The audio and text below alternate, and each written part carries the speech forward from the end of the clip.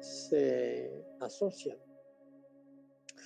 Bueno, vamos a hacer como solemos hacer cada viernes, vamos a leer una porción de la palabra que tiene que ver con el mensaje que el Señor Yeshua nos trajo y nos dejó acá, porque el mensaje que el Señor Yeshua nos dio fue la voluntad del Padre, que se la entregó a Él para que Él nos las hiciera saber a nosotros.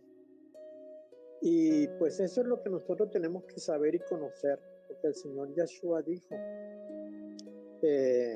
porque el mismo escritor de la carta a los hebreos nos dijo que pues en la antigüedad el Padre había hablado por medio de profetas, pero que en este tiempo pues nos había hablado por medio del Hijo. Y también aquella potente voz que escucharon Pedro, Andrés, Juan, que decía, este es mi Hijo amado en quien tengo complacencia, a Él oíd. Sí, Señor. Entonces, ¿a quién tendríamos nosotros que oír sino al Señor? Como bien nos dice el Evangelio de Juan, que las palabras que el Señor nos dio son espíritu y son vida. Juan 6:63, las palabras que nos dio el Señor son espíritu y son vida. Bueno, y el Señor dijo, y orando, no uséis vanas repeticiones como los gentiles que piensan que por su palabrería serán oídos. No os hagáis pues semejantes a ellos, porque vuestro Padre sabe de qué cosas tenéis necesidad antes que vosotros le pidáis. Vosotros pues oraréis así: Padre nuestro que estás en los cielos, santificado sea tu nombre. Venga tu reino, hágase tu voluntad como en el cielo, así también en la tierra. El pan nuestro de cada día, dánoslo hoy y perdónanos nuestras deudas, como también nosotros perdonamos a nuestros deudores. Y no permitas, Padre, que caigamos en tentación, más bien líbranos, Señor, de ella, porque tuyo es el reino y el poder y la gloria por todos los siglos. Amén. Porque si perdonáis a los hombres sus ofensas, os perdonará también a vosotros vuestro Padre Celestial. Pero si no perdonáis a los hombres sus ofensas, tampoco vuestro Padre os perdonará vuestras ofensas. Esto está en Mateo capítulo 6, versículos 7 al 15. Bueno, y a la oración que le dejó el Padre a los discípulos que nosotros hemos heredado, el Señor Yeshua, nosotros hemos heredado, pues menciona algunos aspectos, más sin embargo el Señor después hace énfasis en el perdón. El perdón es una parte de la oración que Él le dejó, más sin embargo el Señor hizo énfasis en el perdón, porque nosotros tenemos que perdonar, debemos perdonar, pero tenemos que hacerlo con gusto, con satisfacción, con alegría, convencidos que esa es la voluntad de Dios y no de mala manera, no como obligados, no como forzados, porque así no le agrada a Dios tampoco. Tenemos que perdonar con gozo, tenemos que perdonar con esperanza, tenemos que perdonar con buen ánimo. Así que bueno, cuando oremos no hagamos propaganda de que hemos orado. Sí, hemos visto a lo largo de nuestra vida en el Señor cómo se hace propaganda del sacrificio personal. Se hace publicidad del tiempo del ayuno, del tiempo que se ayunó, y se hace publicidad de las horas que se pasó hablando con Dios. Y el Señor nos dijo pues que lo que hiciera nuestra mano derecha no lo supiera la izquierda, porque el Padre que ve en lo oculto y en lo secreto conoce lo que hemos hecho. Así que ¿para qué tenemos que recibir alabanza de los hombres? Si recibimos alabanza de los hombres, pues ya hemos recibido nuestro premio. No podemos esperar nada más. Así que bueno, cuando oremos, hagámoslo en secreto para Él y no hagamos publicidad de tal cosa. Son las 9:11 acá en Barranquilla. Barranquilla, la hermosa capital del departamento del Atlántico, situado en el norte colombiano. Estamos a unos 28 grados centígrados en este momento acá. Y yo le pido a ustedes, mis hermanos, que oren por Colombia, oren porque Dios mande agua a Colombia, porque hay algunos sectores, algunas zonas de Colombia que están teniendo muchos problemas con el abastecimiento de agua y con la generación de fuerza eléctrica, porque las represas se han vaciado, no está lloviendo por acá. Entonces, bueno, por acá y también en Ecuador está ocurriendo lo mismo, así que por favor, cuando estemos orando, tengamos presente tanto a Colombia como a Ecuador, para que el Señor envíe agua y llene las represas. Amén. Bueno, hoy queremos hablar del Señor Yeshua, porque es la piedra del ángulo. Él es la piedra del ángulo. En los tiempos antiguos existía una técnica de construcción muy, muy particular, pero muy útil también, ¿no? Que funcionaba. Y consistía en que los edificios que se construían no se hacen como ahora, pues que se tienen bloques o ladrillos, no sé cómo se llamará en su país, y esto se une con cemento y arena y agua, ¿no? En aquellos tiempos pues se tomaban grandes rocas y se iban tallando las rocas, se pulían las piedras, piedra por piedra. Esto pues haría el papel de los bloques, de los ladrillos que se usan ahora. Se trataba de que cada piedra quedara exactamente igual a la anterior y todas las piedras debían coincidir en sus dimensiones. Y estas piedras se iban colocando alineadas una al lado de la otra, formando unas hileras. Y así se iba cubriendo cada nivel de los muros exteriores de la edificación. Pero había una piedra que era particularmente especial, una piedra que exigía la mayor atención de los constructores, porque esta piedra era la que producía el tramado, la trabazón entre todas las piedras para darle estabilidad estructural a la edificación y también para que tuviera durabilidad.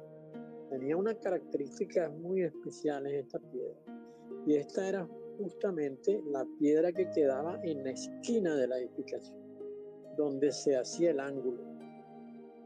En aquella época solían llamarla la cabeza del ángulo a esta piedra, y eran cuidadosamente seleccionadas, y las que no cumplían los requisitos de los maestros albañiles pues eran simplemente desechadas.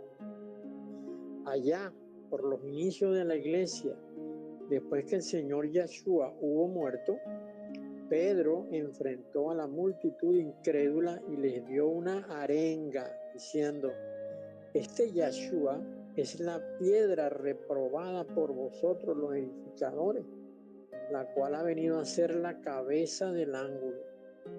O sea, el edificio de la obra de Dios precisaba de esta piedra del ángulo para que pudiera tener estabilidad estructural y que no sucumbiera frente a, por ejemplo, a un terremoto espiritual, ¿no?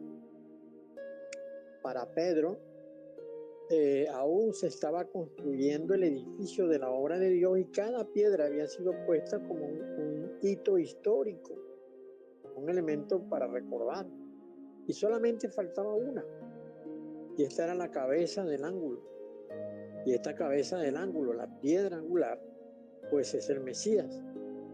Pero al rechazarle a él como el Mesías enviado de Dios, entonces estaba desechando al mismo tiempo la piedra del ángulo. En ese momento Pedro continuó hablando a su auditorio y le dijo: y en ningún otro hay salvación, porque no hay otro nombre bajo el cielo dado a los hombres en que podamos ser salvos. Esto aparece en el libro de los Hechos, capítulo 4, versículos 11 y 12. Esta afirmación de Pedro, realmente terminante, ¿no? Sin ninguna duda, expresaba la idea de que a Yeshua, a quien ellos habían crucificado, era la verdadera piedra del ángulo, la auténtica cabeza del ángulo.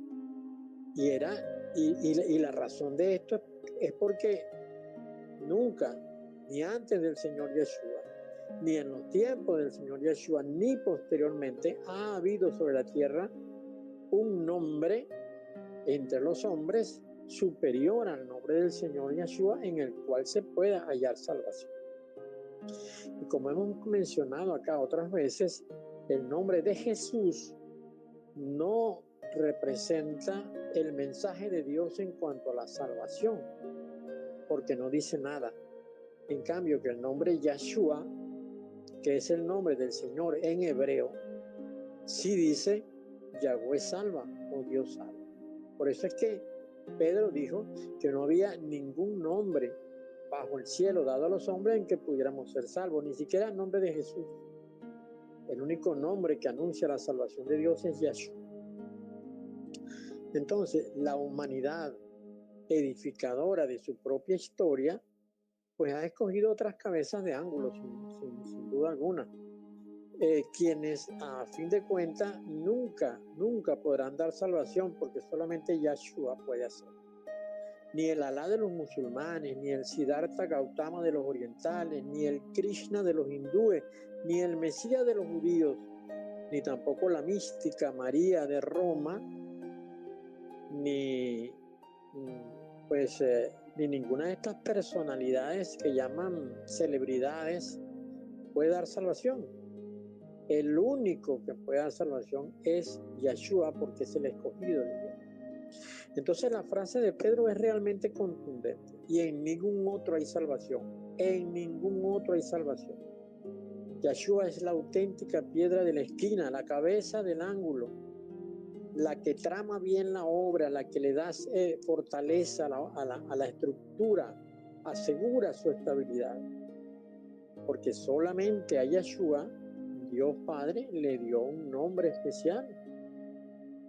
Porque cuando el ángel Gabriel habló en sueños a José, usted puede estar seguro que no le dijo Jesús y le pondrás por nombre Jesús. Ese no fue el nombre que le dio, porque el ángel nunca habló en griego, ni en italiano, ni en español, ni en inglés. El ángel habló en hebreo, en arameo, y le dijo a José en sueños: y le pondrás por nombre Yeshua. Entonces, por ejemplo, el libro de Joel dice: y todo aquel que invocar el nombre de Yahweh será salvo, porque en el monte de Sión y en Jerusalén habrá salvación, como ha dicho Yahweh, y el remanente al cual él, y entre el remanente al cual él habrá llamado. Joel 2:32.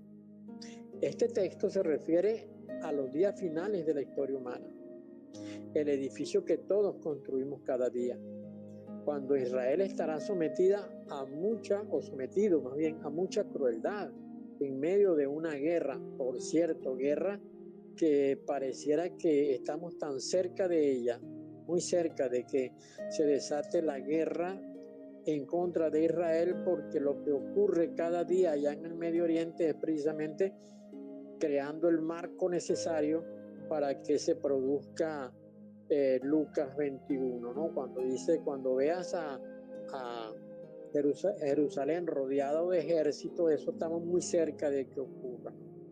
Bueno, decía que cuando Israel esté sometido a mucha crueldad en medio de una guerra, devastado, desasistido, sin alimentos y prácticamente diezmado, en ese momento los judíos clamarán a Dios diciendo su nombre, y Él les responderá, como también dijo Zacarías en el capítulo 13.